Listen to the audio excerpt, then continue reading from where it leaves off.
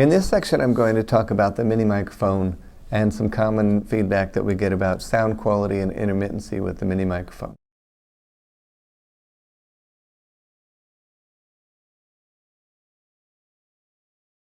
With any of the cochlear wireless accessories, if the battery gets too low, the sound quality and/or the signal can become intermittent, and the sound quality can become decreased. So it's important to make sure that the battery is fully charged.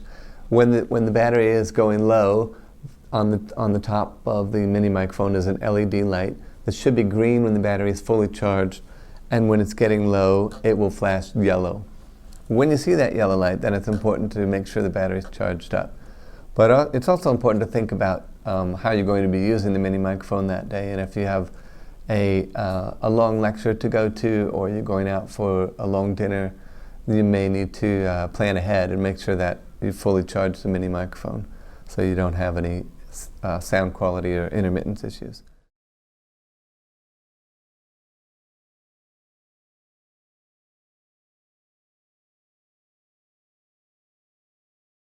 Cochlear wireless accessories operate on a 2.4 gigahertz platform, which is just the bandwidth that the devices send their signals across. And while no other devices on the 2.4 gigahertz platform can communicate with the cochlear wireless accessories, they can interfere with one another. And there are many consumer electronic devices operating on 2.4 gigahertz. So cordless telephones and Wi-Fi routers, laptops and Bluetooth devices, even your microwave may operate on a 2.4 gigahertz wavelength. So it's easy to see how in an average home there could be some interference issues.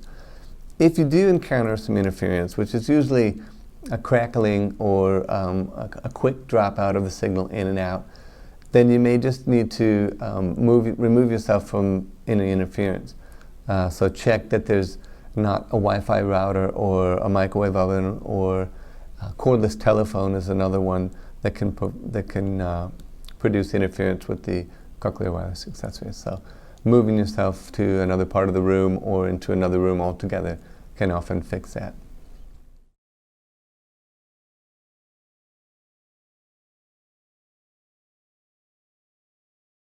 Another reason for signal quality or intermittency problems is physically blocking the signal from the wireless accessory to the processor.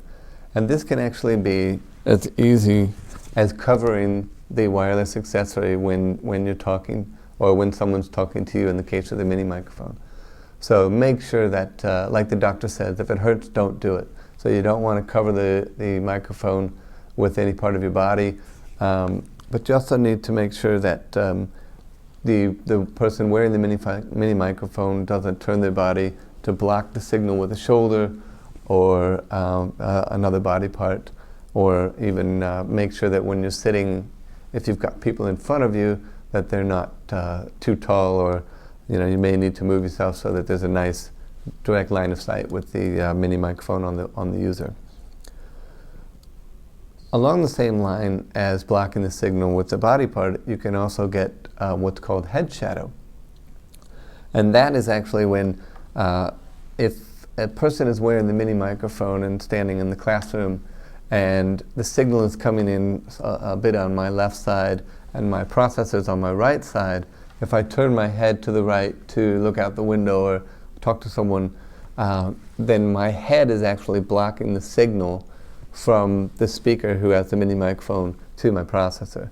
So you need to think about where you might want to sit yourself or your child in a classroom, for instance, to make sure that the person wearing the mini microphone is actually more on the side of the processor that the signal wants to go into. If they're bilateral, of course, you want to try to sit them front on in the middle so that the signal can come into both processors.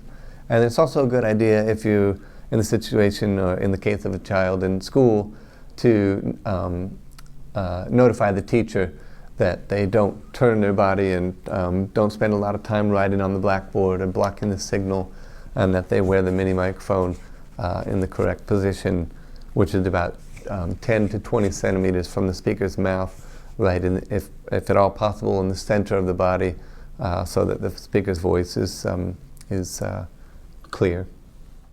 The mini microphone does not have a swivel clip on it because it does not have a directional microphone.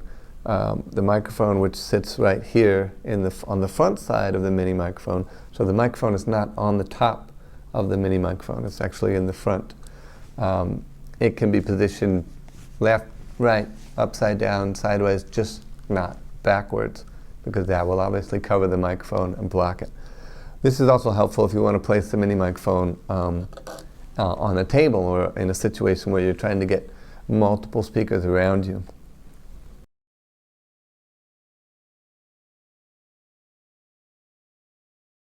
Another reason for sound quality and intermittency is actually related to the volume of the sound coming in, which is controlled by the mixing ratio of the processor.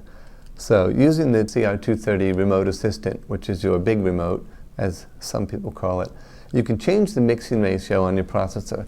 And the mixing ratio controls the amount of sound that you're receiving from the processor microphones versus the amount of sound or relative to the amount of sound you're getting from the wireless accessory, in this case the mini microphone. For children, the default setting is a ratio of 1:1, and that means you get 100% of the sound coming from the processor microphones and 100% of the sound coming in through the wireless accessory, which is a good thing because in a classroom you want to be able to hear the teacher from the mini microphone, but you also want to hear the students around you and be able to listen, hear the questions that are being asked and be involved in the classroom. For adults, the default setting is 2, and that means you'll get a little bit less sound from your processor microphones and you'll still get 100% from your mini microphone. So if you want to change that accessory mixing ratio, you can use your 230 remote assistant.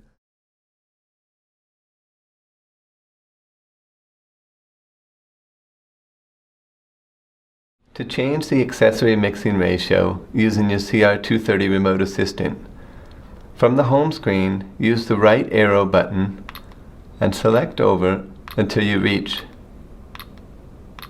the settings screen. Click OK, and you'll find yourself in the telecoil mixing ratio screen.